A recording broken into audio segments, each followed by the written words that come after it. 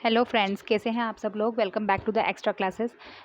अब हम जो कंप्यूटर कम्युनिकेशन और नेटवर्क वाला जो है चैप्टर यूनिट है हमारी, उसके अंदर हम नेक्स्ट चैप्टर पढ़ेंगे नेटवर्क डिवाइस।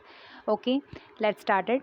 नेटवर्क डिवाइस वे उपकरण होते हैं जो कंप्यूटर नेटवर्क में डाटा का आदान प्रदान करने के लिए काम में लिए जाते हैं। नेटवर्क डिवाइस को नेटवर्क इक्विपमेंट या नेटवर्किंग टूल भी कहा जाता है। अलग अलग टोपोलॉजी व प्रोटोकॉल का उपयोग कर दो या दो से अधिक कंप्यूटर नेटवर्क में विभिन्न संचार माध्यमों द्वारा आपस में जुड़कर इंफॉर्मेशन या डाटा का आदान प्रदान करने की प्रक्रिया नेटवर्किंग कहलाती है।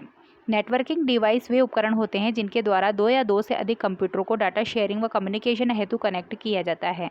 नेटवर्किंग में उपयोग लिए जा रहे विभिन्न उपकरण नेटवर्किंग टूल या नेटवर्किंग डिवाइस कहलाते हैं। तो ये तो हो गया इंट्रो नेटवर्क डिवाइस का। उसके बाद हम पढ़ेंगे इसके अंदर पॉइंट्स मॉडेम का। इसके अंदर कौन कौन से नेटवर्क डिवाइस है वो दिए गए हैं। पहला है मॉडेम। मॉडेम शब्द में मो का अर्थ है मॉड्यूलेशन और डैम का अर्थ है डीमॉड्यूलेशन। मॉडेम का पूर्ण रूप है मॉड्यूलेटर डीमॉड्यूलेटर। यह टेलीफोन लाइन व कंप्यूटर के मध्य लगाए जाने वाला ऐसा हार्डवेयर है जो एक कंप्यूटर से दूसरे कंप्यूटर तक आसानी से जाने वाले सिग्नल प्रोड्यूस करता है। तो ये दे रखा है आपको मॉडल का इसका डिवाइस, और इस तरह से ये होता है और ये कंप्यूटर के अंदर टेलीफोन लाइन्स के द्वारा कनेक्ट किया जाता है। मॉडेम द्वारा डिजिटल सिग्नल को एनालॉग सिग्नल में व एनालॉग सिग्नल को डिजिटल सिग्नल में बदला जाता है।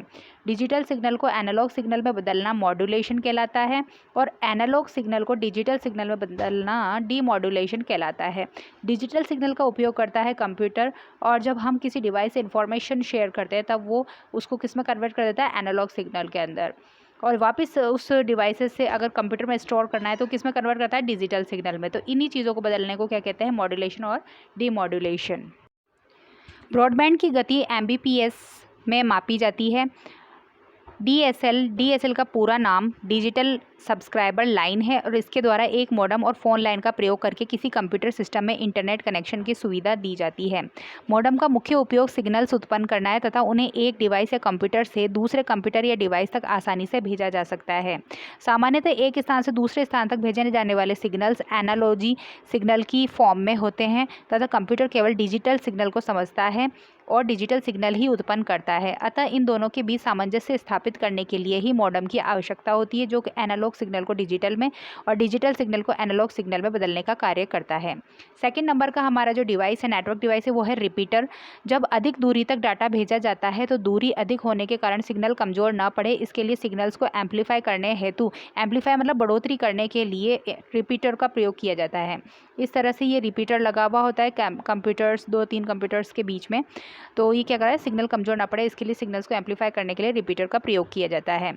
रिपीटर इस प्रकार की इलेक्ट्रॉनिक उपकरण है जो निम्न स्तर के सिग्नल को उच्च स्तर का बनाकर भेजते हैं। इसके प्रयोग से लंबी दूरी तक सिग्नल भेजे जा सकते हैं।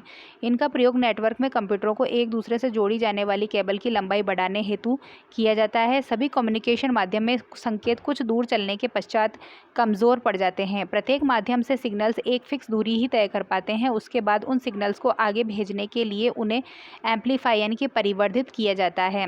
जिस डिवाइस द्वारा एम्पलीफाई किया जाता है उसी ही क्या बोल रहे हैं हम, रिपीटर कहते हैं। अर्थात रिपीटर सिग्नल्स को एम्पलीफाई करते हैं।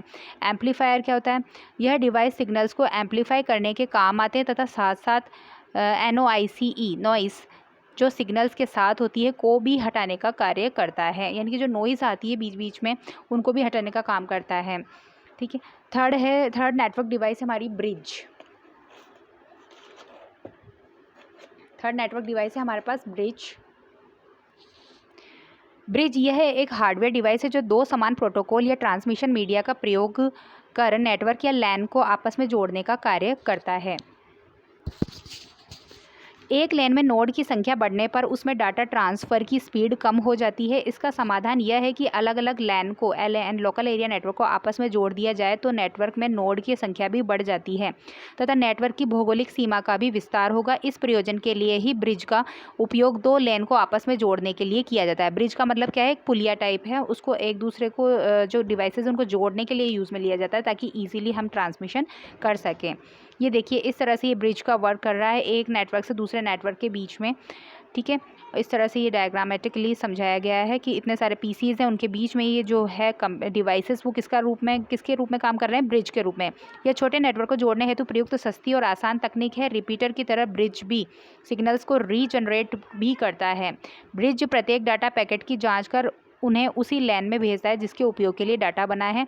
इस प्रकार यह नेटवर्क में डाटा ट्रैफिक को भी कंट्रोल करता है। तो आज हम इन 3 चीज़ों को पढ़ेंगे नेटवर्क डिवाइस को।